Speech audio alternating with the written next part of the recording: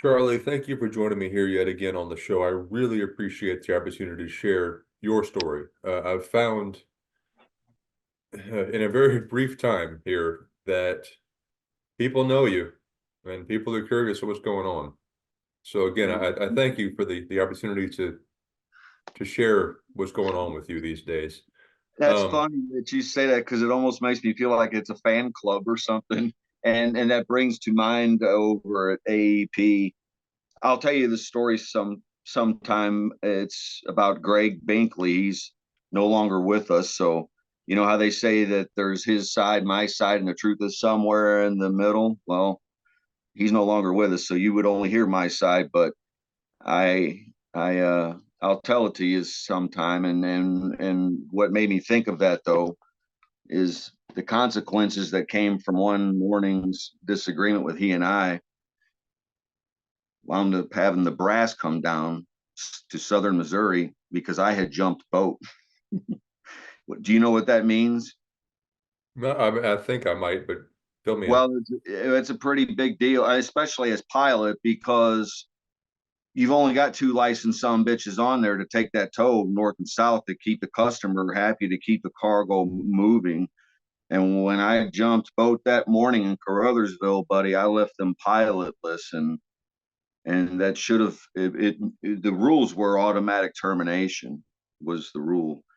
And but the new VP that we had, his name was Jeff Kiefer. It was funny because of what you just said, that it didn't echo his words, but when we sat down the morning after I jumped boat, we had a little meeting.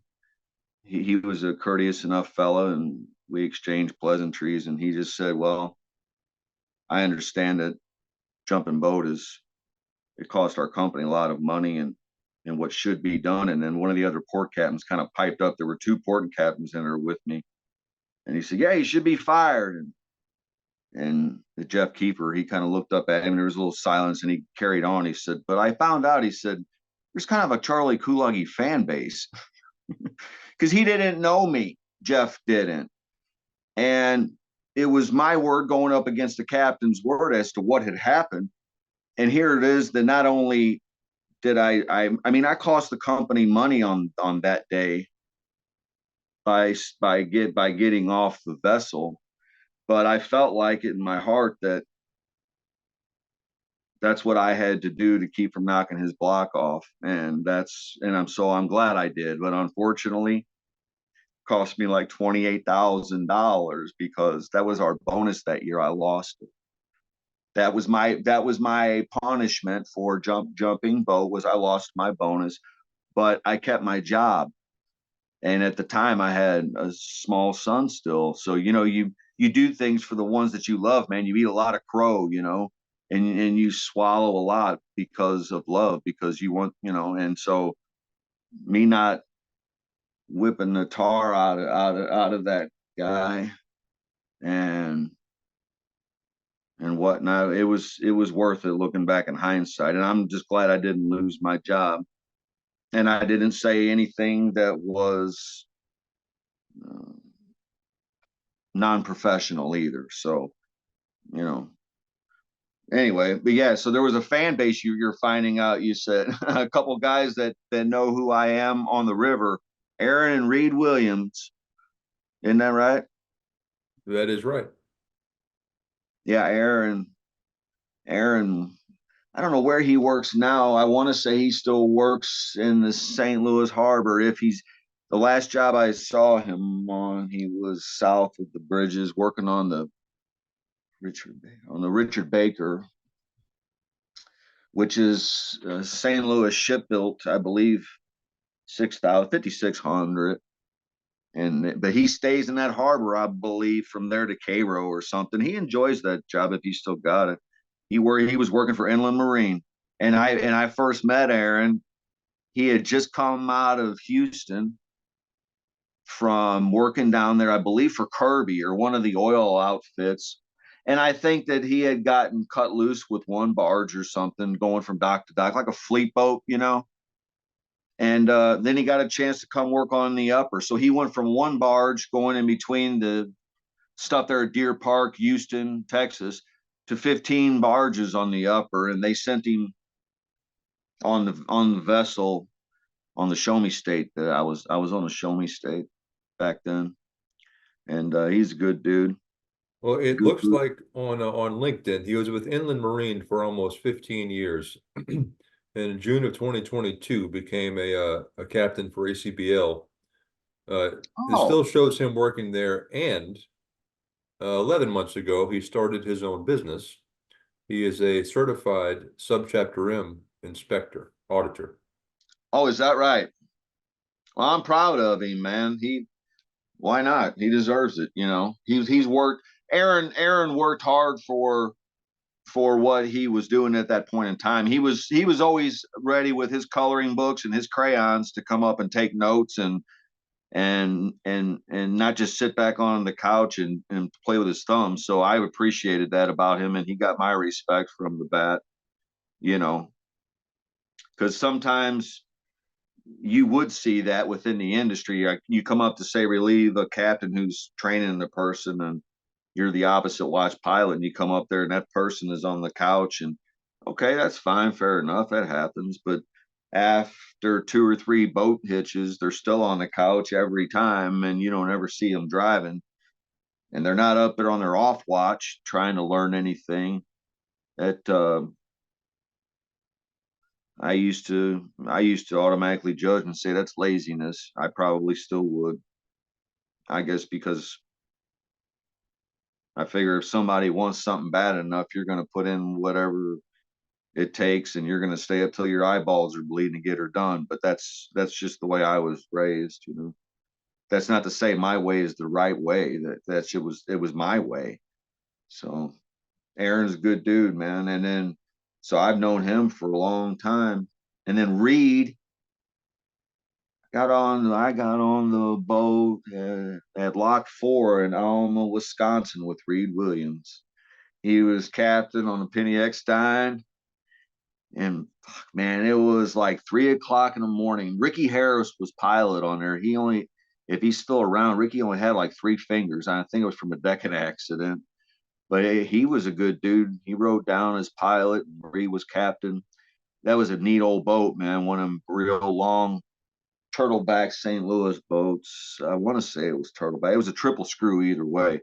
Open wheel, 7-foot draft. So it was a good boat for the upper. It wasn't a quart nozzle boat though, so that was kind of unique, you know, in terms of I'd say of the larger vessels. Anyway, Reed was that's the first time I met Reed Williams. And I wound up after riding that trip down with Reed, or he rode down with me technically, I guess. And I met he has two other brothers in the industry that are pilots, Ward and his older brother, and Clay. That I wound up working with all three of them some bitches, all of them pretty good guys. The Williams brothers are from Iowa originally, the quad cities, I believe, right in there.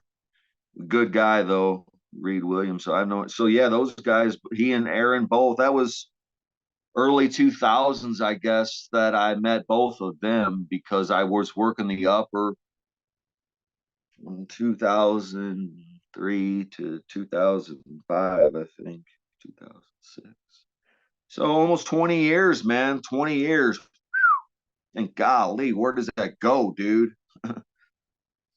That's how I know them fellas.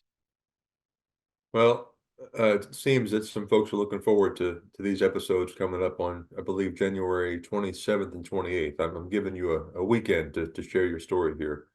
Yeah. If you want to discuss it at all on this episode, you mentioned, of course, Xanax as one of the substances. Do you care to discuss details of No, that whole I that don't mind. Go ahead, buddy. that whole process going cold turkey and then what led into other substances and all that mess to avoid the night Sure. terrors and I'm gonna such? put my phone on this charger. So if I accidentally tap something, you know, but I'm still listening. You go right ahead and ask away, buddy. But do you care to touch any on Yeah, the yeah, that's fine. on the You bet. details? I guess of what that where it maybe started with me was while I was still in the military. I was what had happened when I was a teenager, I guess, is when, and I'm speaking on addiction here, by the way, when I have to really rewind my mind to think back, where was it that I first maybe wanted to feel like I wanted to have my head in the clouds, so to speak, a little, and try the spicier things in life. I guess you'd say dig a little deeper to see what you find. I wasn't really happy being on the surface of things. I wasn't satisfied enough. So I would try to put my head in the clouds with whatever that might be. At the time when I was a young lad, of course, nicotine. I started smoking at a young age, 13 years old, and then alcohol, of course. I grew up in a Kulage's tavern. When I was eighth grade, I guess it was, when I would get back to the saloon, I would tap a pitcher of Bush beer. I don't know if you remember that or not, but Bush made by Anheuser-Busch. And I would tap a pitcher and go upstairs to do my homework. It was just kind of that, but you know, which my daddy always played hard, but he worked hard as well, and he instilled that in us. We worked our nuts off, us boys did. Anyway, I kind of, I guess it started at an early age where I was looking for that release. And it wasn't until I was out of the service already. I guess it would have been a point when I was probably, I guess, before fatherhood, really, but around that time frame, just taking a step back and looking at myself, that when I got off the vessel each time, I would drink or smoke, whether it be marijuana or cocaine or whatever. Anything that wouldn't stay in my system long that I could get away with, I would do for the next month. And I did that for a while, for a decent while. And when my son was born, naturally a lot of that got put on the wayside because I wanted it to, but also it just happened naturally. I still always have had alcohol in my life. But and I've been drunk before in front of my son, but he's 21 coming up here in a couple of days. In his life, I can think of maybe a handful of times that he has probably seen me that I wish that he hadn't, type of deal. But other than that, I tried to maintain control as he was coming up as a child, where if he saw dad come home, put his wallet and his gun and his keys and all that in one spot, and then getting ready to leave, you got your shoes ready. If he saw that, then he would see that as an example to be. And so on the drinking thing and whatnot, I tried to make sure that I didn't glorify nor put it up on a pedestal. Just, it was just part of my life. And it was, I mean, and I have no regrets on that. But in there was other things, I guess, going on that my doctor at the time, my primary, I remember, because he was my doctor since I was a boy, that when I got out of the service, he was my primary again. And I feel like he had a genuine interest in me as just a person. So I went to him and I said, Doc Terry, I said, I've got to tell you something. I said, I'll come out of Lot 27, coming down above the St. Louis bridges. And I told him what would happen. And as I'm going through the steps, and I say, man, I get done and I'm just, my heart's a beating so fast and I got sweat coming out and he chuckled and shrugged it off and said, yeah, he goes, that's adrenaline. And, he told me this is the body's natural reaction to stress, and whatnot. That was about the one stress talk I've had as an adult, I guess you would say. He put me on uh, a low dose of some antidepressant and some Ambien at the time that wasn't outlawed yet, to get some rest, because I wasn't sleeping on the vessel. I was on edge. on edge, and so fatigue would set in, you know. And so that happened to me, Tim, as a young pilot. 22 years old, I had my pilot's license. That here I was running pilot, that I was already, because I would be on edge. I wouldn't be able to sleep, you know, or when I would fall asleep, I wouldn't be able to get back up, you know.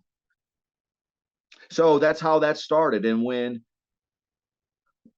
I guess you would say, life happens, and as it does, there were a couple of times that I sought that little number on the back of your insurance card from your employer, you know, to call this number. And if shit hits the fan, I did one time.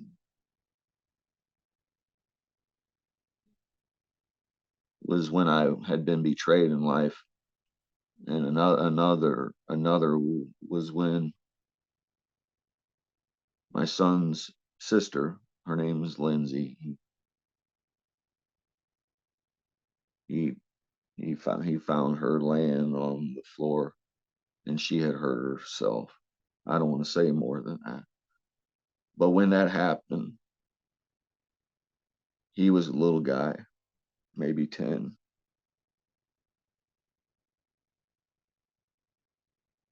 And it was on a Friday morning at 5 a.m.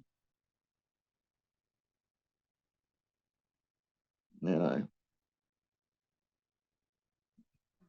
I said to his mom, I said, let me get him out of this hospital so he don't need to be around this. And I took him to go eat some breakfast. It was about 7:30. Because his mama said, do you really think he should go back to school? I said, I'm going to talk with him about it.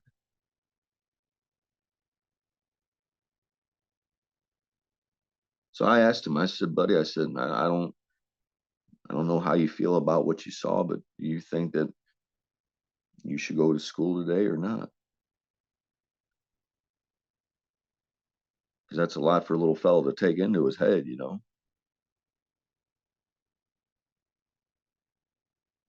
And he said, Dad, I don't know what to think. I said, well, I know that what has happened, I said, is it's not what people want. But right now we can't think about that. We gotta keep moving on. So I said, I'll tell you what I'm gonna do. I said, I'm gonna take you to school, and if you're within a few minutes, if you're not comfortable, I'll come back and get you. But I think that if we keep moving on, I go ahead and take you to school, that might be the best thing for today, for right now. And so I told him while we were eating, I said, Charlie, I said, if you ever feel like that you get to a point where there's something that's so big you can't handle it alone, that you want to take your own life, you call Dad, and I'll come help you. Because there's nothing so big that we can't tackle it together. And I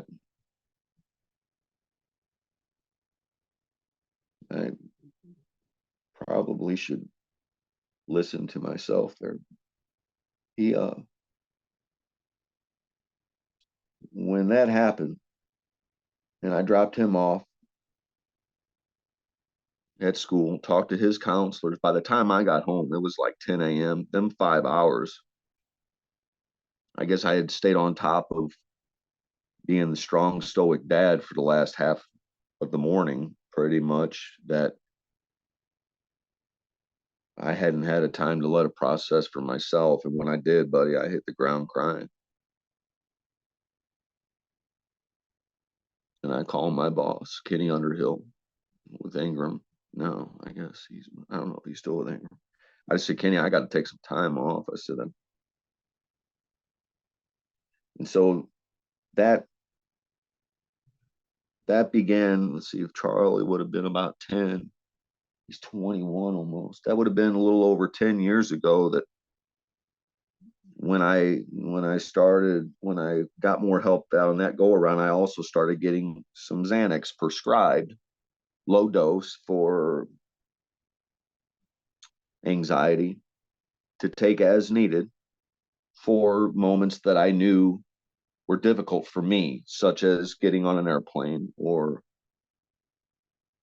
getting into a vehicle with someone else driving. It makes me nervous for that to happen. These are just naturally nervous things that I've been that way. So they said, here, take this and don't take them to work. However, if you need them to get to work on a flight or whatever, and that's what I used them for, was for that reason. It wasn't for bullshitting around. I need, because I felt like, man, it was something to help me, a tool to get to work and back that made my life just a little simpler, a little bit better. And that's how I got started on Xanax. Well, by the time that I stopped them, I had been on them at that point. I went from, what was it, a quarter? It's like a 0.25 or something is the low dose.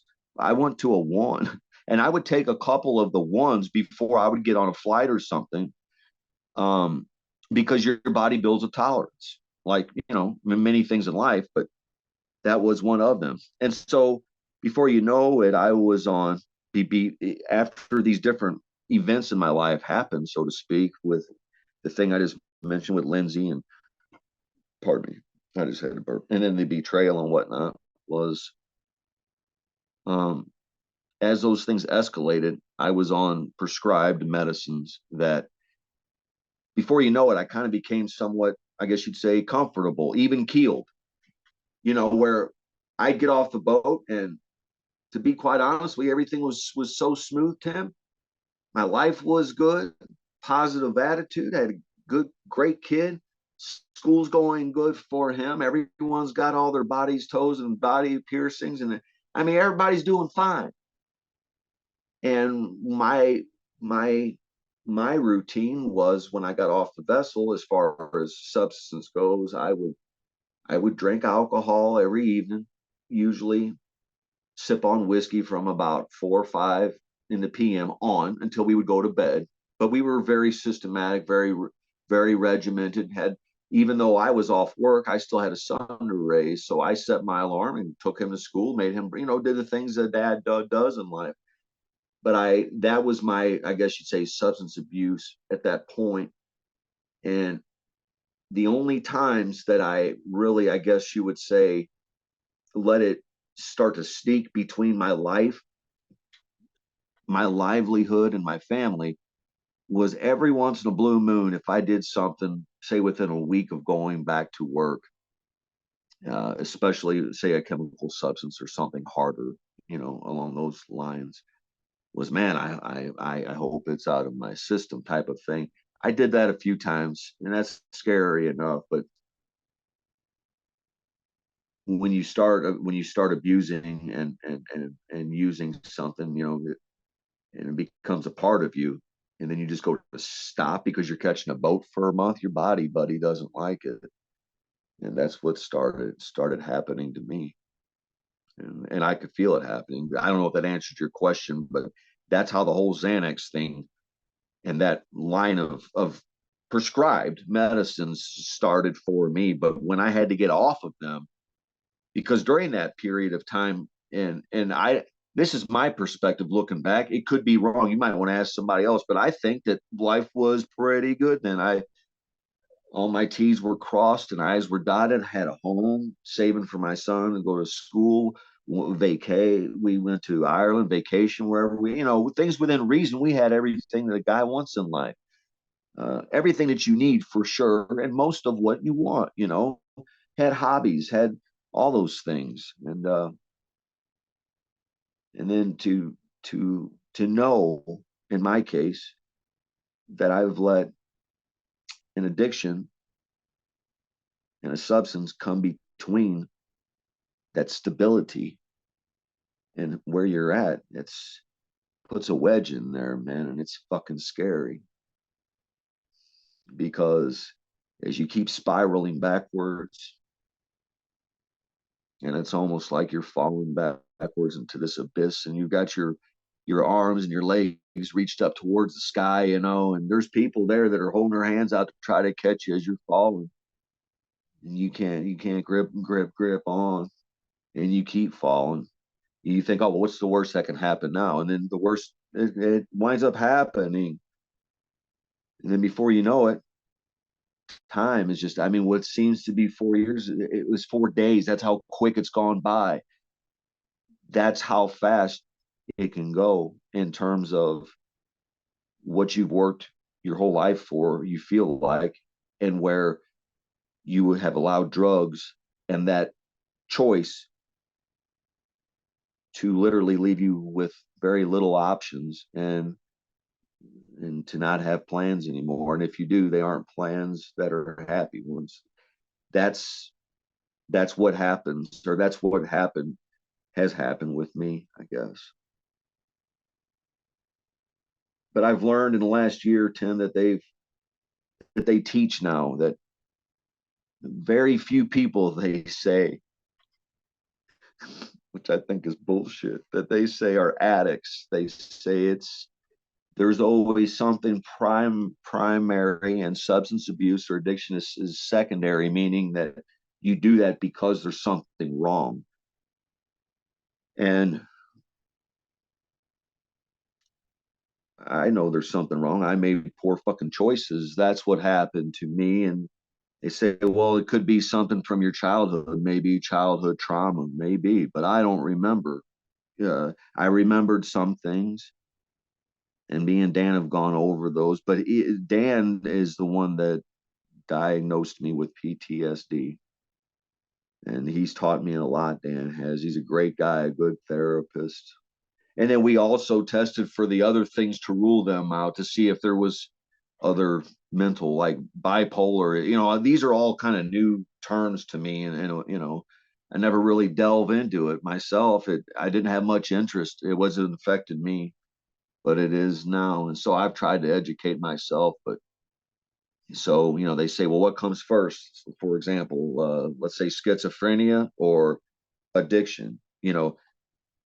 Scientists try to figure that out, because they say, well, if you have an adult who's using dope, it's in response for survival, because they were doing it to survive.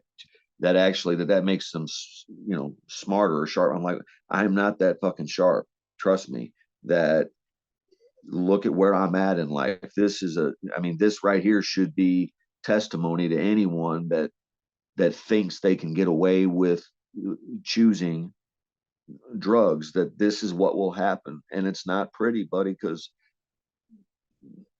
it winds up, it is my responsibility. Ultimately, I still have awareness. I am aware that I am here.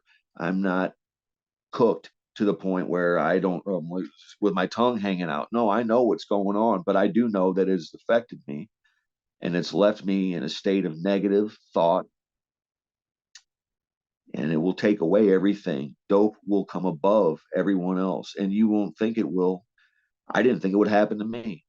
There ain't a son bitch alive that would have convinced me 10 years ago that I would be in this situation now. And I mean, to have the thoughts I have now, they're so dark. Things that I'm not glad I'm thinking, but that for my own benefit and for trying to understand humanity, that I know now that there are people in the past that when I thought a certain way of them, like, oh, they're a piece of shit, or hey, they're nuts, or whatever, that now I have more compassion for them people, because there might be something going on, man, that are sick, whatever that might be. A woman raped as a child, or I don't know. I mean, you name it. People go through different things in life, and we process things differently. And I'd like to think, as pilot, I did the best job I could, and I handled the stress for as well as I could. But when I went back, I told you the other evening, I think, when I went back to Nimco Barge Line, which became AEP, I had left Marquette running front watch on the Show Me State. It was only twice I was offered a front watch job after that, but the two times were both from the same man, from Captain Jimmy Brown. That I chewed on a little bit, because I thought that is more money, captain's job. You don't have to listen to an asshole captain if you are the captain. I'm not saying you get to be an asshole, but that's how I felt. I thought I don't want that responsibility, because it is more responsibility, because you're not just piloting, you're doing that and doing all the crew management. That's a lot of extra work that I didn't want. I wanted the extra rest if I could get it. By God, if they could have put me on, if they could have put another pilot on there with us, most guys would probably shoot the computer screen that are hearing this right now. That are the older fellas that really wanted to start enjoying the high wages, but they could have cut my fucking pay as far as I was concerned. Put another pilot on there where I can get some rest, man. That's the kind of thing that you can't get back, is the time that stress can take from you, and the things that it can do to your sleep deprivation. That happens on the river constantly, man. I don't care who you are.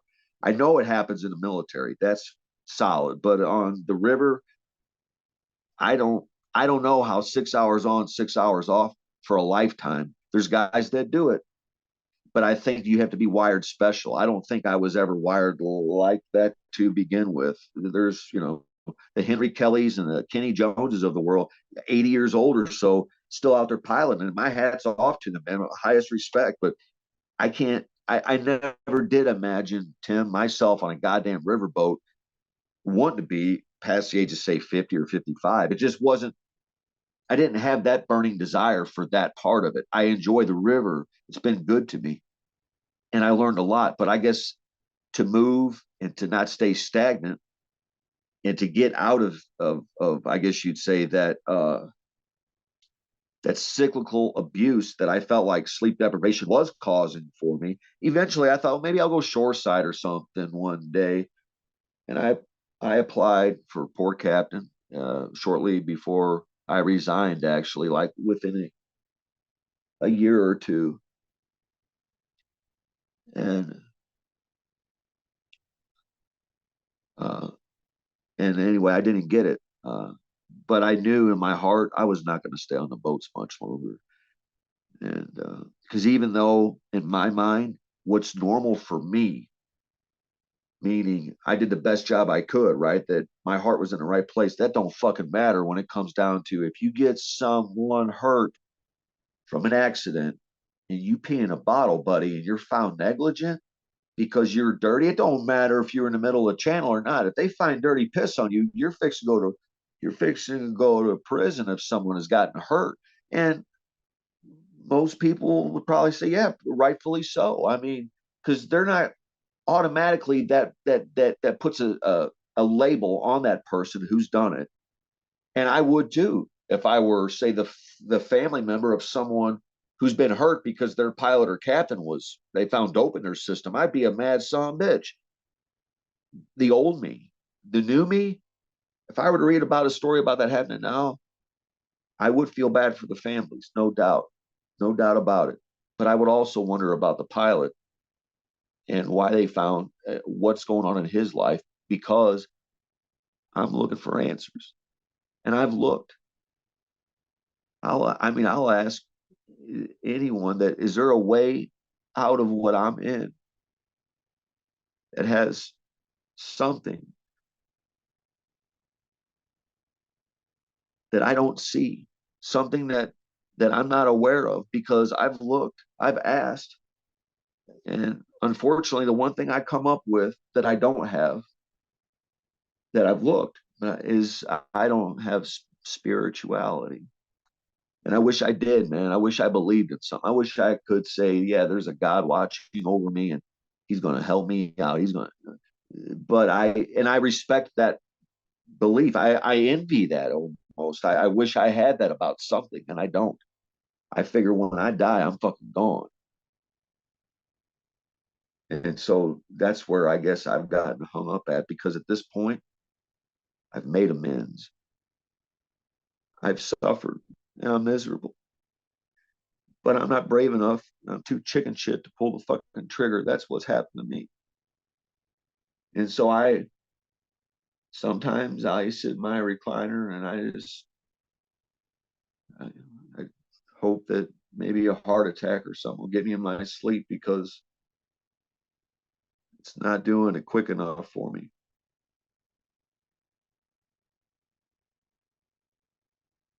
I don't see any answers at the end of I don't see any light at the end of this tunnel. And I haven't since I came down this fucking road. normally in life, you make a wrong turn somewhere, you can kind of sense it and you feel, oh, okay, maybe I should turn around and go back. There ain't no going back from this, man. And the thing is, the shitty thing is I've had some challenges in life, some tough ones. And I've always went for the golden ring, and I've been able to reach it and persevere and move the fuck on. And sometimes you just gotta look at something and say, if it looks like shit and smells like shit, probably is shit. That if it looks like I'm defeated and it feels like I'm defeated, I probably am. And you get exhausted, you get tired. And that's where I'm at. I don't want no fucking golden ring. I don't want none of that shit. I just want peace, and I don't have it. I'd like to have that before I die. But I don't know what's going to happen. It's pretty shitty. And this is the life of, I mean, this is the life of what happens, because what I couldn't and still can't fathom and understand about myself, even why I get so mad at myself, is because I wouldn't let someone poison my child with this shit. I wouldn't let someone take away my child's joy or anyone that I love in my family. But yet I would do it to myself, because that's what it does, And you allow that to happen, and you say, man, I must be a weak son bitch, a weak-minded son bitch, to let something like that control me. It can't even talk back. It has no feelings, nothing. It's a inanimate fucking object. But yet you can't function without it. And then in my case, I worked my whole life. I saved as I worked. And that was a good habit that my grandfather taught me, was to save money. Save money, Charlie. Save, and spend what you need, but save. And that's what I did. That I had a nice little egg stored, and compounding interest, looking to thought, man, I'll be set when I'm 60 for sure. Because you got to be 59 and a half to draw on IRAs and stuff. And I just kept tucking money away. And then COVID hit, and I resigned. Well, I resigned before COVID was announced, two months prior, about 6 weeks prior.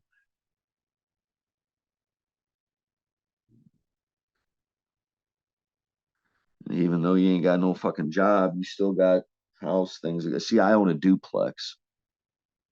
And you can imagine, when it's about 20 years old, when one thing goes wrong on one side, ain't gonna be long. The other side's a refrigerator, washer, dryer, you name it. In that year, 2020, bam, bam, bam. So here it is. I didn't even work in 2020. I resigned in January. That I still had to show on my federal tax return. I made like $150,000. You think I saw that 150? No. I owe the federal government. I owe penalties, taxes. And that went to home repairs. It's funny because drugs, I guess I always thought, would ruin a guy financially, from the aspect of them taking their money and just spending it on drugs as a child. That's what I thought was, oh man, that's how that's good. Oh no, that won't happen to me. Because so here it is, that I guess part of me was patting myself on the back in 2020, saying, well, yeah, I paid all my bills and everything. That doing drugs is and getting, I guess you'd say, self-medicated. To do that was affordable. Let's say $300 a month, $350 a month, and then the price went up a little after COVID for a little while, and then back down. Is health insurance $700 a month for me? I'm one guy, because I'm not eligible for credits, because they look on your past returns and these different things, and that's fine. I didn't expect anything. I still don't expect anything from the government. That's a handout. But I did apply for disability after I was diagnosed with PTSD, and I got denied. And that, I guess, just kind of, I did it for the sake of saying that I owed it to myself to at least apply, and I paid into that. I paid into that for 20 something fucking years.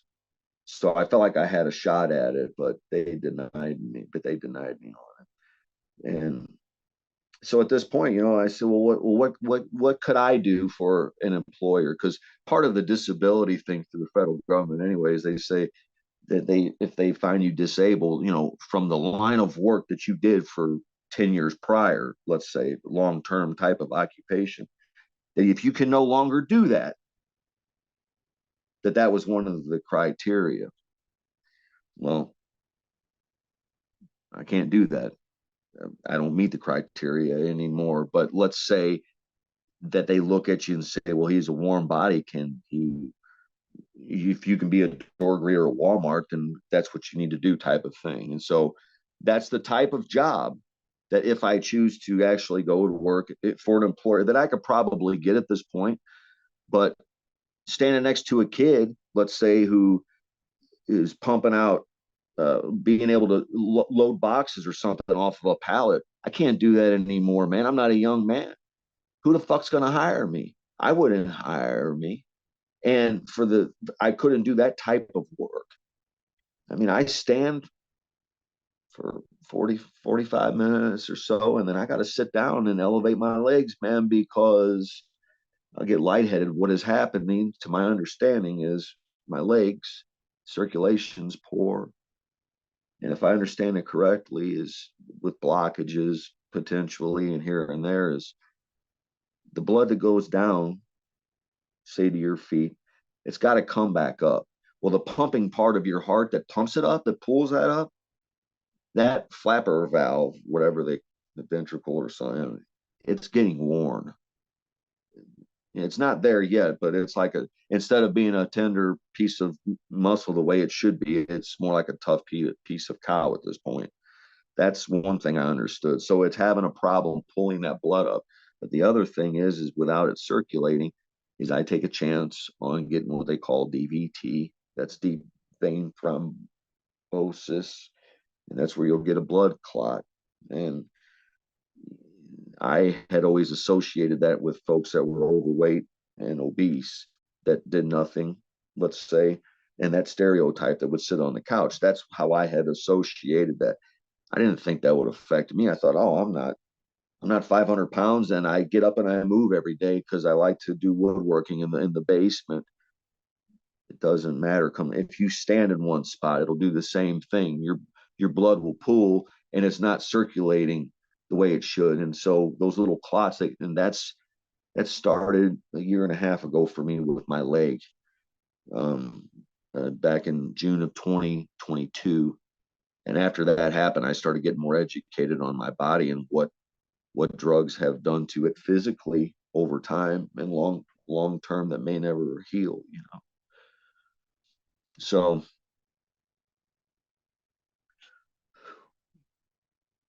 I'm not at a loss, but I'm going to take a sip of sody. You got any questions, Tim? Because I could sit here. Hey, did you get my text, man? I could sit here all night. By the way, I was going to tell you that I mean, I'm just glad. I'm glad for this opportunity, but I'm glad for your companionship, because there is part of me that I guess still has somewhat of a spirit. Maybe that's what they call it. But that's just for meeting a fellow like yourself who's interested in this, because any zest I had, it seemed like it's gone, Tim. That's kind of a sad place to be. I didn't think that would happen to me in life. I was a pretty jam up, happy go lucky guy before. But there was something obviously wrong with that fucking guy to turn into where I'm at. That's what I was going to say earlier, by the way, was I searched for the old me, wanting to go back to that. And then it was about a year and a half ago when my physical health started really taking a toll on the quality of life here at the house that I thought about that again.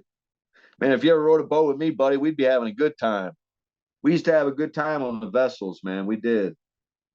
And I mean, I don't know if you want to hear sea stories, drug stories, which, by the way, I wanted to say something else too, because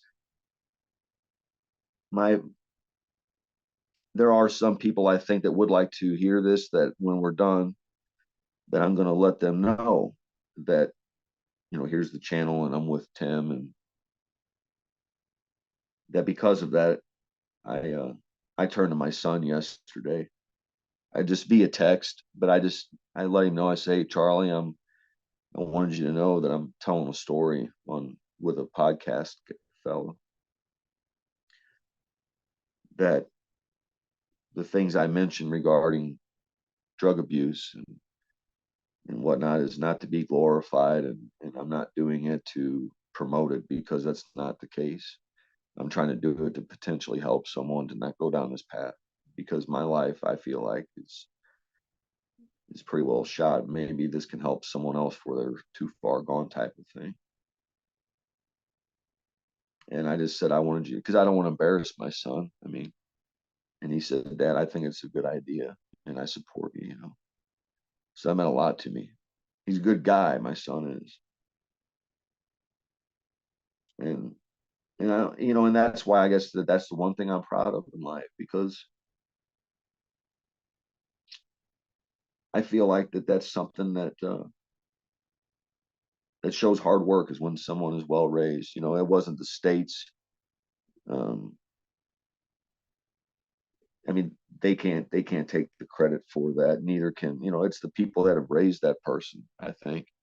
And his mom and I, even though we didn't work out as husband and wife, we we both had him in our best interest. And for her and I to be able to communicate meant a lot to me, as being his father.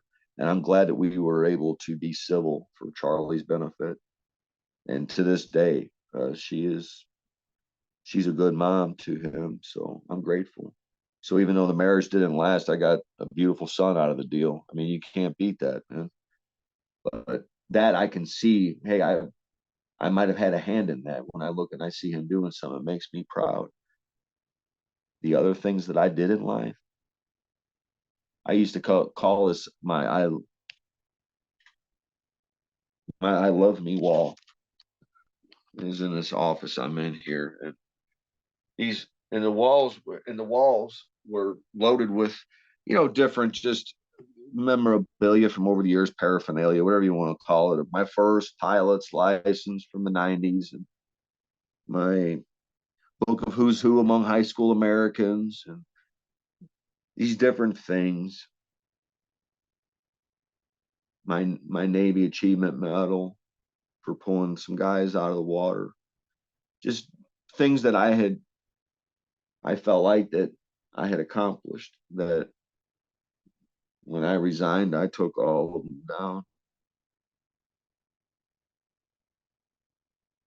And I didn't take them all down at once. It seemed like they started coming down just one at a time, because I felt like, well, this is no more. This is no more. And so then you start to ask yourself, well, where do I go now? What do I do?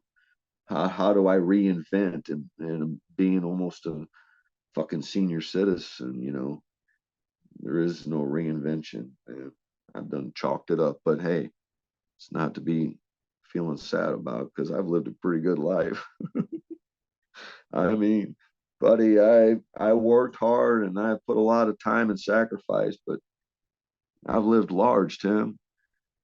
I've I've had some sexual fantasies fulfilled like you wouldn't believe. Of course, I got a dick falling off and I don't care if you broadcast it, or I don't know if you're allowed to, but I mean, I'm gonna be flat-footed is what I'm saying with you. I'll be honest that I've had a good life. I've lived some life that probably some others would, they wouldn't want to do because of the risk involved. But we all take different risks on different things depending on what they are. Like gambling. I've never gambled, but does that mean I've never gambled, period? No, I've gambled with other things. I've been risky in other areas of my life. Just because I don't go to a gambling boat, I don't see any sense in, because the odds didn't ever match up for me on that. Was they're not matching up now either. But yeah, yeah, I guess really, Tim, in a nutshell, that I'm not doing this. What's the word? This podcast or this interview, I guess, in the hopes of anyone helping me, because I don't think anyone can help me. I mean, if there was any helping, I would have been able to do that only myself, and that would have been a while. I think I'm past the point of no return. That's how I feel. There's some people I've had two in my life that say it's never too late, but I don't know. Something like this, I don't know. You say to yourself, how far is too far, and have you? Because I've been lost a while. That it's one thing when it's just you're talking about trying to recover monetary things, material things, such as a couch or a job or what. But when you talk about trying to retrieve your health and to recover that back of the damage that's been done, that's a tough pill to swallow when the answer is no, and that your quality of life in life is going to be different. Not to say that it has to be shitty, but from a financial standpoint, if you're used to something a certain way, I'm sure like you have a morning routine or anyone does, a routine of doing things, you got the income that you get into that if there's a disruption, a real one, a tangible one, and you've caused it, like, what do I do now? And when you keep doing what you're doing, which I've been tapping into my retirement to make my bills float, and I do woodworking. That's it. That's all I do. That um, I figure it's just a matter of time before that money's gone. And then you say, well, what do you do then? It's not the state's responsibility to take care of me. It's not my son's. And you start putting logic behind thoughts at one point that were so dark that you would never think of, that you start rationalizing and say, yeah, I see now why this happened here. And you start looking and saying, well, this is the only answer I have.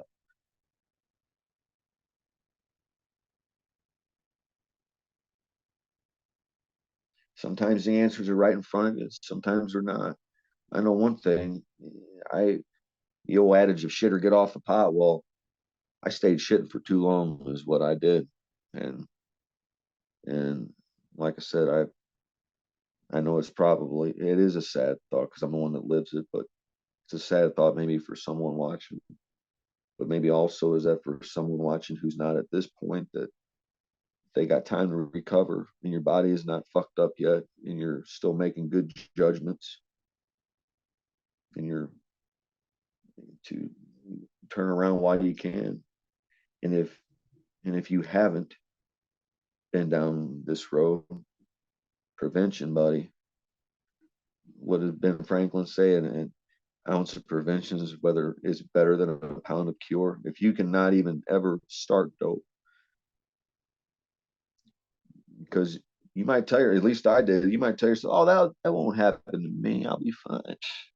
You know, because you're so strong-willed and you've accomplished things in your life that nothing can hold you down. I'm Charles fucking Kulage, who's going to hold me down type of thing. Buddy, it will. It'll grab a hold of you and sling you around and show you that you're not what you think you are. So that I would say prevention. Don't even start. And if you're doing something risque and you got the lives of other people in your hands, like I say, I know it's bittersweet that I don't have my income anymore. Who knows what'll happen to me next? But I am so glad that I did leave the river and not have that responsibility, because that was my responsibility to make sure I didn't have dope in my system transporting that cargo up and down the river, because them lives on there besides mine. It's one thing if you want to go to hell by yourself. I'm not saying that this is ideal, but what I mean is right now I'm not dragging anybody down with me.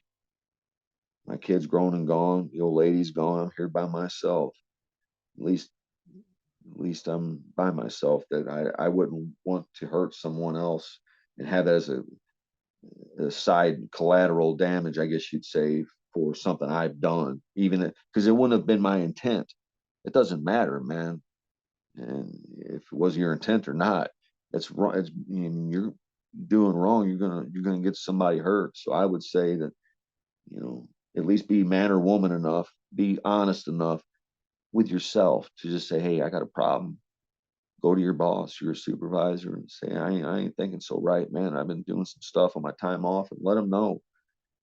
Because if you nip it in the bud early, from what I hear, recovery makes it a lot easier the earlier that you start, instead of letting it go and controlling your life. Well, if I may,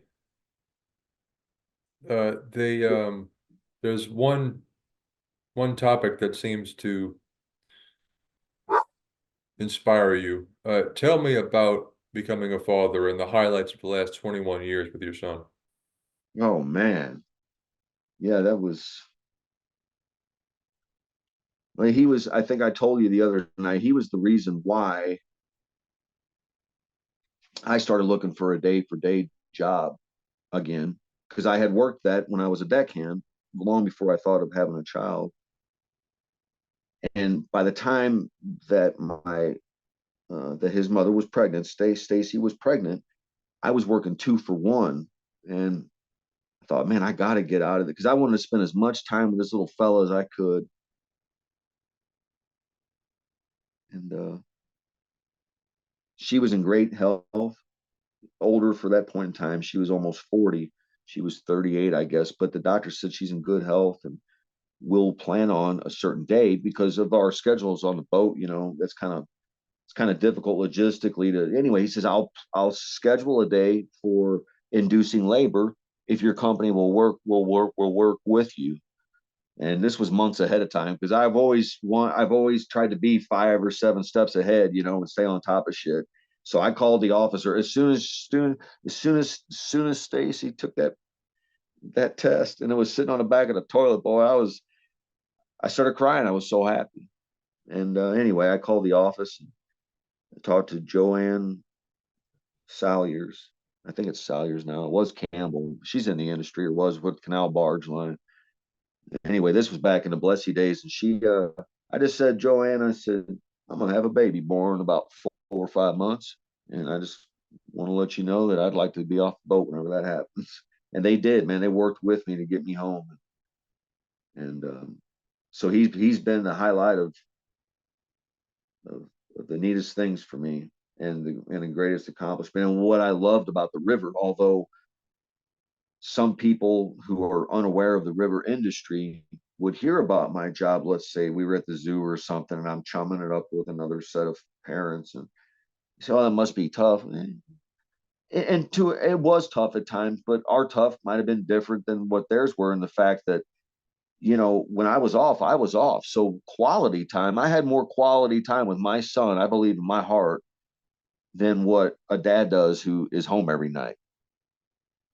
My dad was home every night, but he worked his nuts off on his feet 12, 15 hours a day. By the time he got home, he just wanted dinner and to chill out and go to bed. I don't blame him, but it didn't leave a lot of family time sometimes, and I was glad that the time I had with my son for the months I was off at the time, the river, I felt like it was an advantage for he and I did. And so it was good to me being a father and having that schedule. And Charlie has taught me a lot. My son, I don't know if he realizes that, but he makes me proud, and I learn in certain ways that I didn't think. I guess, I used to think, as being a dad, I'm thinking, yeah, what's this little son bitch going to know that I don't, type of thing. And I think there's still part of that, just being a dad, that you say, but now is like, there's things, for example, with, say, mental health, let's just say, that's new to me. There's a lot of things in the last year, a lot of terminology I've heard these word toxics and shame, and it's all that. It seems like they're being educated at a younger age, and I appreciate that about that generation. So there's some things that Charlie has shown me just by his interactions with others as he was coming up as a child, that it made me proud, man, because I thought, they're not little bastards, they're going to be better than the generation before them, like we tried to be better than our folks, type of thing. I think it's cyclical. I think that as we grow as humans, as a species, I think that we try to evolve into something better than what we knew.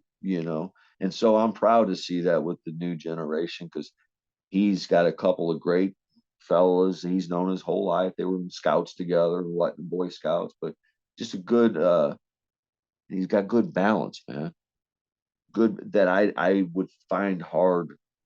I've always found hard. I've either worked or played. I've never really rested. My son seems to be able to do all three, you know, the work and the generate the income type of thing, the play to where you spend time with family, and then the rest for yourself. I didn't ever do that. I always partied and I worked, and with no rest. And so I'm proud to see that he's able to do that for his own benefit, for longevity maybe, you know, and for a better outlook, for a better end result than what his dad has. So yeah, so being a dad's been the being a dad is why I'm still here right now. I guarantee you, at this very moment, is my son just a great hearted guy, man. He inspires me more than he probably knows. What are some of the most pleasant memories you have of raising him, and what are the biggest lessons you've learned from him? I guess going to Ireland for me was one of my best memories, because for he was 12, he was going to be 13 in a couple of months, and I had planned this about a year or so prior. But I thought, you know, just a father and son thing. Right before he becomes a teenager, he was 12, fixing to be 13.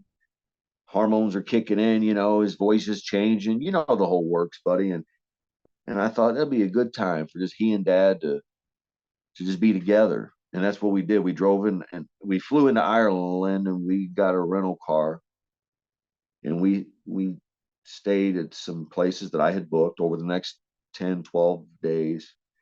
And we would stay here for a couple, stay there for a couple. But that for me is one of my better, more, I don't want to say recent, because that was almost 10 years ago, but like a coming of age thing, and a thing where him knowing that I'm always gonna be dad and he'll be but is that you can be, what's the word, friends, I think, and still be parents. I thought as a child, you know, that maybe that wasn't possible. Parents had to always be Hitler or, like, you know, assholes, but you don't have to be. I mean, you can't I don't want to say let my guard down. Charlie has respect that I'm still his father, and that's what I can only hope for, and that's how it is now. But we made a lot of good memories on that trip to Ireland, he and I, and one of the, and I guess you would say one of the most important lessons I've learned from Charlie is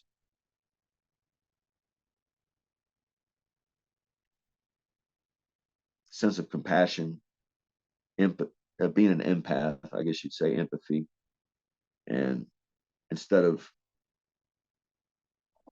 automatically judging someone that I see, which I used to do, by the way, and I know this now.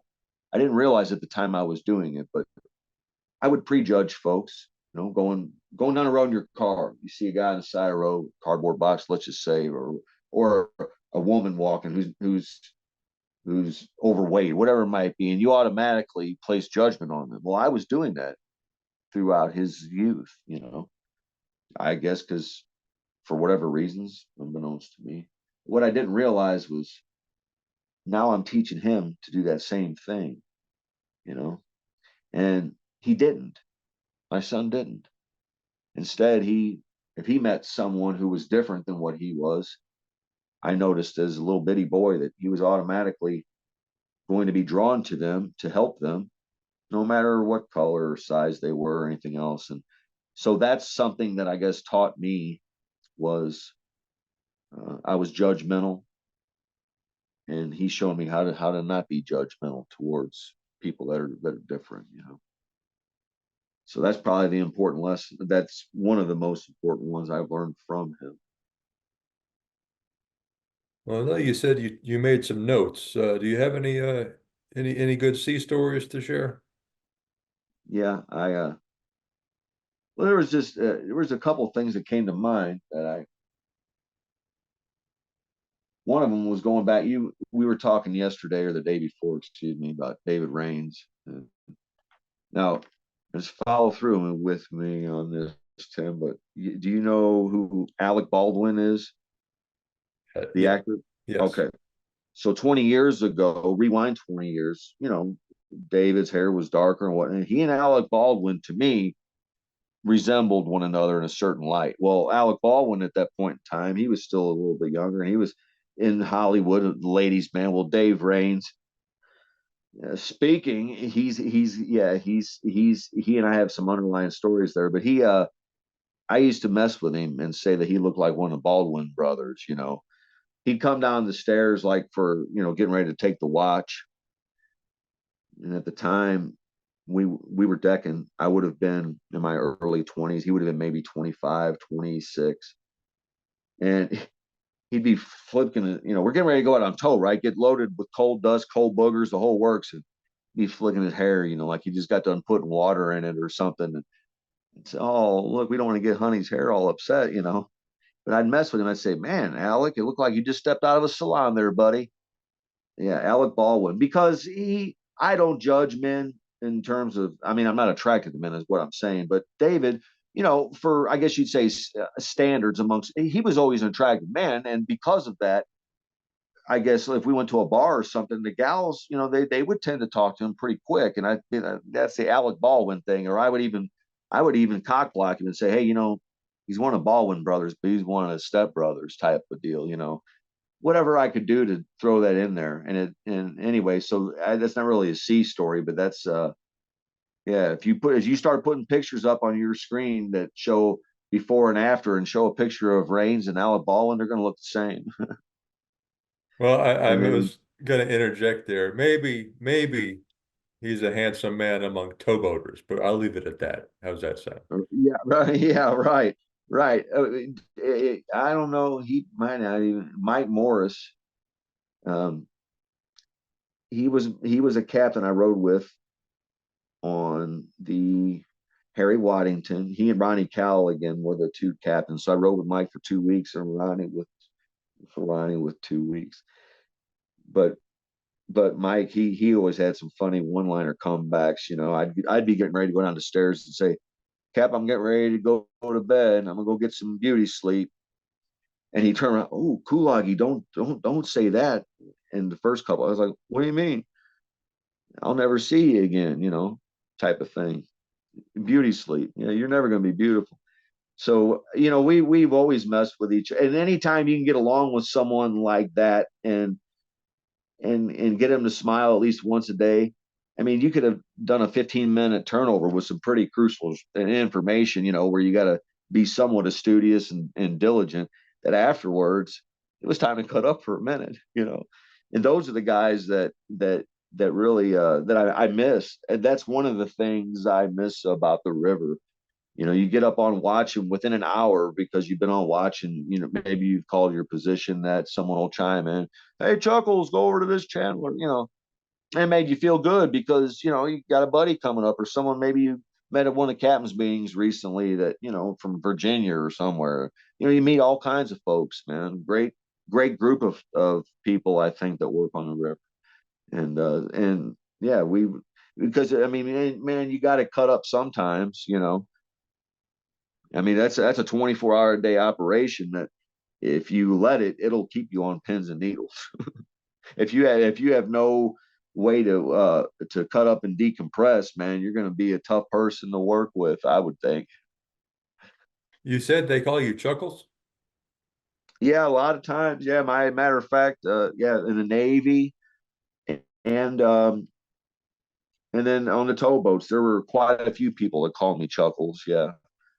Well, I was with another guest recently, was saying that the the conversations towards the latter part of his career, when another captain would call you and say, hey, go to this channel, and y'all would talk privately. He had incredible memories of it back in the 70s. But he said of more recent times that it wasn't quite as frequent, at least maybe for him. But I'd like you to tell me, maybe one of the more memorable meetings on one of those side channels? Well, I've yeah. So I think, by the way, and I could be wrong. I don't know if others would agree with this or not, but I think that the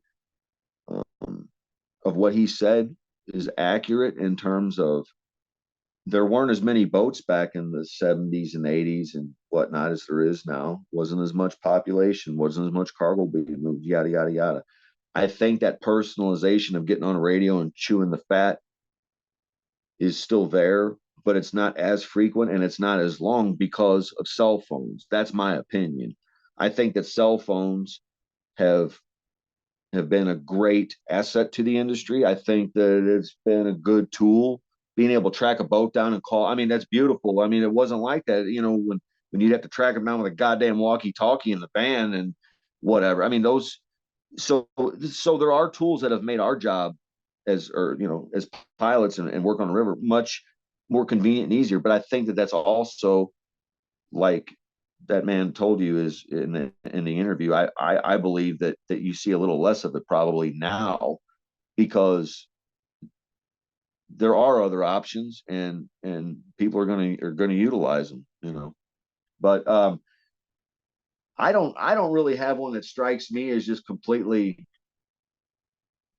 you know catching me, I guess. But one that I want to tell is when Ronnie Callaghan said that he was a Cub pilot, and Captain Vernon, I don't even know if he's still alive. If he is, he's got to be 100. Captain Vernon Sturgeon. He was from Paducah, Kentucky. And anyway, Ronnie said when he was a younger pilot, so this would have been back in the 70s, late 70s, probably early 80s, I guess. When you'd get off of a boat, Tim, and you go home, that on the lower Mississippi, especially from Cairo going south, it's free flowing river, obviously. So there's a lot of construction that has been done and that continues to get done from the Corps of Engineers and whatnot. That Ronnie, that when you're gone for a month and you come back, things could have changed and you not know it. That he got on the boat, he said water was high. He was captain on the front watch. And he was coming up in radio range. He said to Captain Vernon, and Vernon was running the channelway. And Ronnie looked at the river stages, he said, that had been written down or something or another. I don't know all the, but the gist of the story is this. He says, I thought, man, I'm going to catch Captain Vernon and come by him before we get up to Cairo. That was kind of a little competition thing that people would do, the older cats especially, to see which vessel can make more miles on the average. Oh, you're going to be there in 6 days? Well, I'll be there in 5.5, you son of a bitch, eat my wheel wash type of thing. Ronnie said that he was catching up to Captain Vernon. It was slowly, but he was. Radio range he was getting better reception, and he said he looked at the river stages and he goes to cut up behind one of the islands. And I don't know if you know what that is, but basically, in the lower Mississippi at flood stages, there are certain areas that if you want, you make your choice on this, of course, it's out of the prescribed channel, but you can go behind the islands, and if there's enough water back there, and it cuts off a lot for you, not just miles, but time that you might have had to stop and wait on a vessel normally, if you have to stay in the channel and put the kickstand down because you're waiting for them and they've got the right of way type of thing. So there's a lot of variables that go into that, but he said he's cut up behind one of these islands and they're still talking on the radio. Ronnie was feeling good about thinking, man, I've got this one in the bag. I'll be able to ching, say I passed up Captain Vernon or something. And he said that he was near the top of the island and Captain Vernon called him and they were talking, and he said, he says, man, I knew we were catching you, but I didn't know you'd actually let me by. He says, I'm not. He goes, what do you mean? He goes, I'm going to come by out of the top up here. I'm going to outrun you. He said, they put a dike in there while you run your days off. So while he was gone on his days off, they had done built up a rock dike. And if you don't know how much water's over that son bitch, you don't have any current notes, you don't want to take a chance for running the tow up over that. So he had to back out of there. He said, go down, back out of where this was, I guess, and get back in the channel.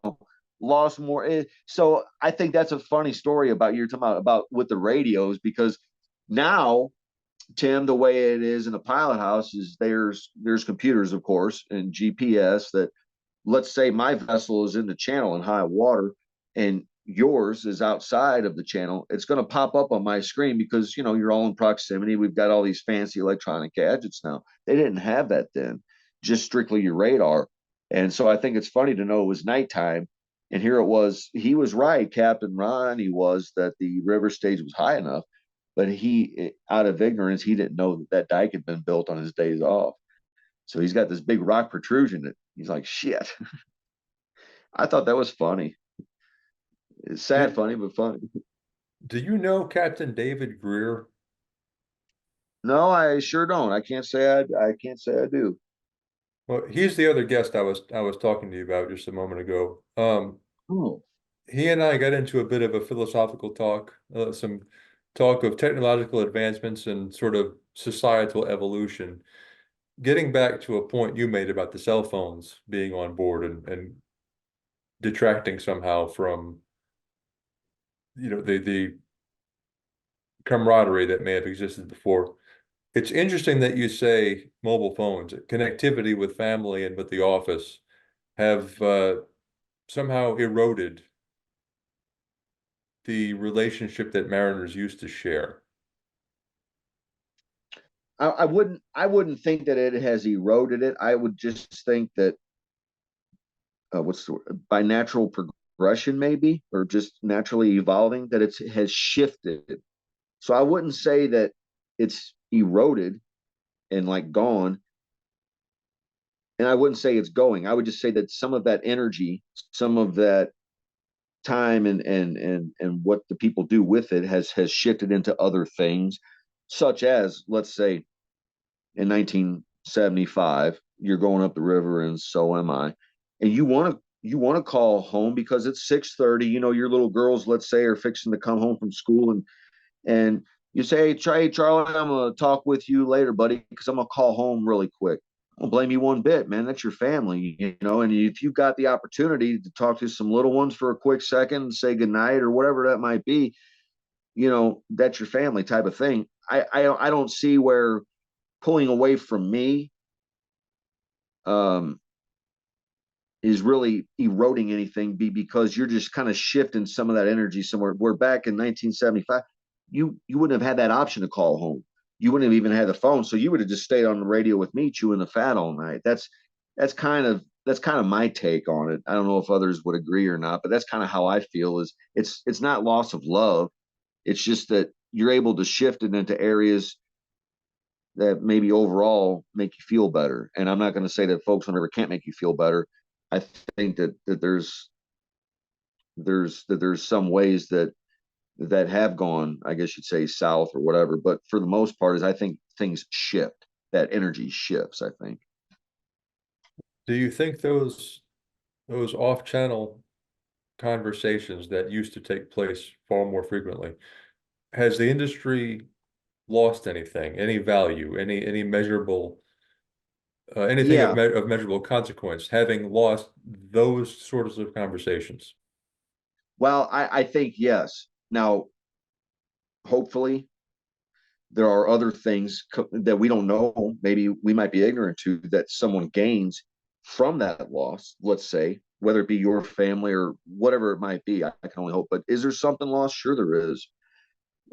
Because, for example, before cell phones, let's say there was two old timers on a side channel, and it was quiet, dark night. Maybe I'm up, you know, my feet up on the dash in the West Canal, looking at gator eyes as I'm going by with, you know, my searchlight. Just enjoying what's there and learning, and kind of soaking in the moment. I would listen to some of these old guys, go to a different channel, and especially if it came to something,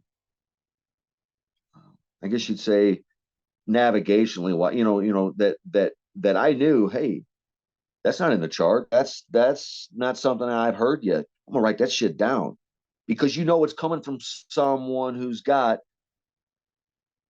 years slash experience and confidence in what they're doing.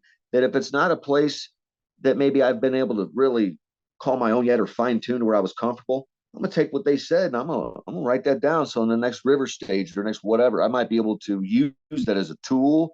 That's where I think we lose something, is because that type of information, once those guys are gone and they're either dead or retired or what have you, that knowledge is gone too. Some of it, most of it probably is going to become obsolete. But for the moment, and for, yeah, I do think that a person, or let's say the industry, I think the industry as a whole, I think there's something to be lost there. If the person who's in radio range doesn't swap over to listen and I say eavesdrop, that's what they call it. But it's like, I mean, it's a public channel. And I'm sure when guys get on there to chew the fat, I mean, I knew it when I used to do it. I get on there and talk about all kinds of things that sometimes it'd be like, oh, well, if they're listening, they don't like it, they can whatever type of thing. That those are the things that I would sometimes stomach through listening, even if I didn't like the subject matter, just to wait on the navigation note. So yeah, I used to enjoy doing that, and I think that that's something that helped me. And if it helped me to do a more efficient job, well, it helped the company in return, right? Because now I could do a little more efficiency, or I could have more efficiency to do my job and to use that as a tool, you know, because you'll hear them son bitches. I might have mentioned this to you already, but they say, oh, back in the old days, all we needed was a radar and a swing meter. You ever heard that yet? I mean, the old days weren't always all that fucking good from what I hear.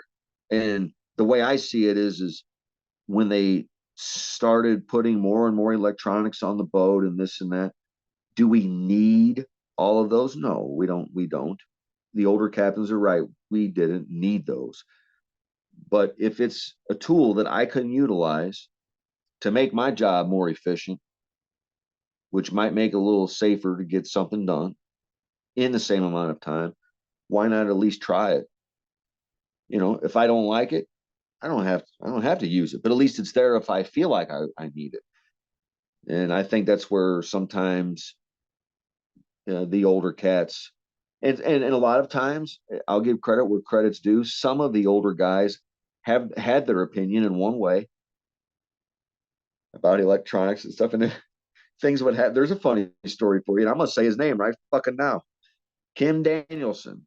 He was captain on the Keith Darwin, and I'm sure Kim is still out there. And Kim's a machine, probably 70 years old at this point, walks every day. Just, if I owned a towboat company, I would want him as captain on one of my boats, because that's something that's he's gonna move some cargo, and I mean move it, buddy. And he's also gonna straighten up your boat and make it clean and look good. But at what cost? Anyway, they came on and they were doing some kind of work on something in the pilot house. We were in port or whatever, but the shipyard guys were on, and they were putting something on. And he got up there and got all excited, Kulage, what is this? What are they? I don't know, Cap. I'm still figuring it out myself, Anyway, he says, "Oh, we don't need all this. This is bullshit." And he started telling me about back in the old days, And Cam, I hope you're watching this. But we get down, or we get up to Cairo. We get down, we turn around, we come back north, right? Life is normal. Day or so out of Baton Rouge, we come up to Vicksburg. We come through the harbor, and I get on watch one night. And Kim had been one that, he says, well, we don't need all this initially, And what had happened was I go to relieve him, and man, he had the light on, and he was in that chair almost looking like Don King. Like he done got the shit beat out of him. I said, Kev, what's wrong, honey? I said, you look exhausted. And he pointed over to the side of the console. He says, look, Kulage, look. So when you get to Greenville, stop. And the computer was down, the Rose Point system, the GPS. Because Tim, before you would have that, the way of figuring the olden days before electronic, take a pencil and paper to figure where you're going to meet someone.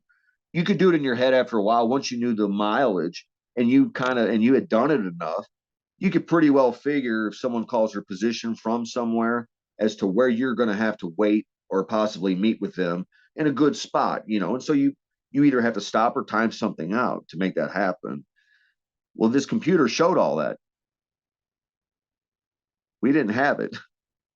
He came up through Vicksburg or something. The computer took a crap. And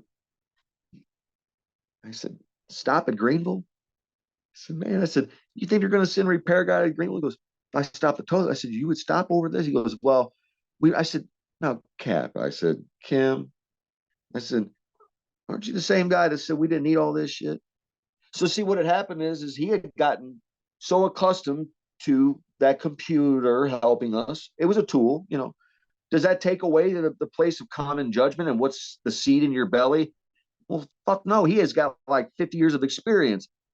He's going to listen to himself before he does the computer. But the computer and that extra tool, I guess you'd say, was one of many that they've incorporated in the 20 years I was in the pilot house that I always looked at as an extra tool in my bag, so to speak, that if I'm going and someone's knocking on someone's proverbial door, I guess, say, hey, I'm here to provide your service, you know, that's another tool that you can use to do your job better. You know, you don't have to use it, but it's there. So I think that that's been a good thing. I do. Technology and advancement, I think it has been. But maybe that's where we've gained. Remember how we said, you know, you lose something with, let's say, the togetherness of the crew, or let's say camaraderie of has something eroded from not communicating with other pilots? Yeah, it has. But then other things you learn from and you gain from. I don't know if that's a good perspective or not, but I think about that deal with Kim, you know. Have you ever given any consideration to the sort of developing human capacity to try to alter the physiology of that river? Captain Greer made a pretty concerted effort to explore those very things, like the Army Corps of Engineers and locks and dams and old river control structure, all that kind of stuff. What are your thoughts on the sustainability of those things? What are my thoughts on the sustainability of the river still being what, navigable, you think? Navigable, can it be maintained to stay all the way to Myrtle Grove? You know, his big sort of end times catastrophe is that old river control structure gives way. And then what, you know? Yeah. What I think is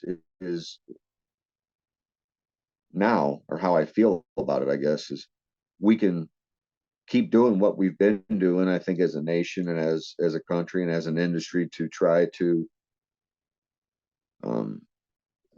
tame Mother Nature a wee bit and put things into place for the better of humankind that we feel like are going to help us to transport cargo. I think we can continue to do that.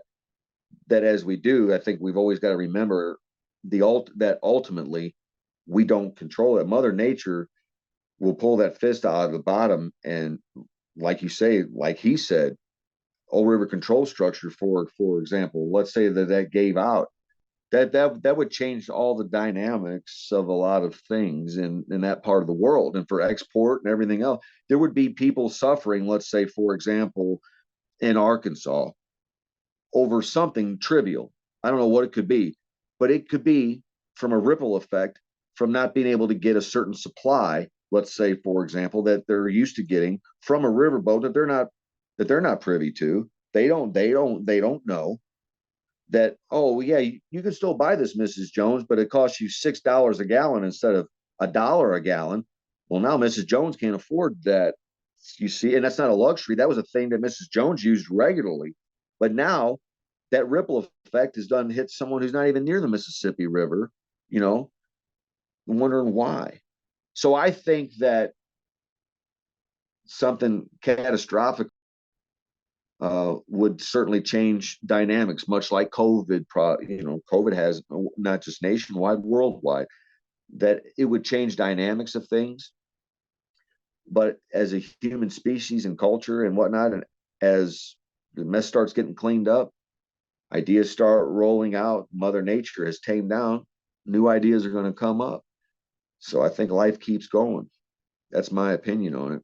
As tough as it would be, it's like after Katrina. I mean, golly, man, it was like a fucking ghost town down there. I mean, and you'd sit there and think, wow, who would want to stay here? You know, type of thing. You know, even as pilot, people that were starting to do desperate things that they probably wouldn't have ever imagined them being in that situation. You know, their home's been, all their shit's gone. They're flooded, man. They are there with their wife and say a couple of young kids that if they got to steal a TV and sell it to somebody for a couple pounds of beef, by God, they're going to do it. You know, people go to extremes. I think that those kind of things would happen for sure. So you have a lot of destruction and whatnot on the front end, but eventually, let's say if Mississippi and the old river control structure, if hypothetically, if something like that were to happen, much after my lifetime, probably, but they would recoup in some way. They'll rebuild, find a new place to put it. That's my opinion. That's my take on it. I think that there'll always be work available, even when there's ships anchored out in the Gulf and boats up in the river that are unable to come out because of draft or something. There's still going to be this business going to move cargo, to move commodity. I mean, can you imagine, Tim, like for you, well, especially maybe for you say you were raised up in New Orleans, correct? Or in that area? Right outside New Orleans, and I'm right outside Baton Rouge now. Yeah. Okay. So, I mean, like a guy like yourself, for example, you know, you would be affected, let's say, in one way that it could be detrimental for you and your family. That a guy up north, let's say like in Minnesota or St. Paul, who is used to having salt in the middle of the wintertime for the ice on the roads, they get that shit from barges, man. You know, that if there was something, a major artery closed off, that they couldn't get salt up there, it may not happen that season. They might have enough on the ground to supply the city for a couple of years, but eventually there's going to be a ripple effect somewhere. And so I think that's what would happen if I don't want to say if we drop the ball, if Mother Nature decides to do something that the Corps of Engineers has been trying to tame, Mother Nature is going to win. That's my opinion. You know. Well, I do hope you get the time to check out the episodes I've done with David Greer. I think you'll at least find them interesting. Yeah. But Yeah. I would. that pretty much burns up my questions. But in closing, Yes. is there anything you would like to share or say directly to your friends in the industry that you may have fallen out of touch with over the last few years? Yeah, I do. I'm glad that you asked because I guess before we started this today, I thought about a few things, and some of the people that have reached out to me, that I feel like some of them I haven't replied back to because I feel like what's the word, that they would take information and just to have drama in their life. And so for some of those, I purposely avoided some of them. But there's some of them that I want you to know that even though maybe I haven't replied back, it's not been because you're a bad person or I don't care. It's been because of myself. And I think that that's shitty for someone to reach out to someone and for that person to not reply when it's someone that you've got history with and you've known a long time. And there's been a couple people, a few actually, that even though I haven't responded and I've alienated them, that they have continued to contact me and just ask me how I'm doing. And I haven't responded, but I want you to know that if you're watching, that I appreciate it. And I appreciate those who have not been judgmental towards my situation and with the stigma that is attached to this situation I'm in, because it's real. So that I just want to say thank you, but also I want to apologize and let them know that I didn't do it on purpose. And then the other thing I thought of this afternoon was for anyone that watches this and they put two and two together, they're going to know that there were times that I had caught the vessel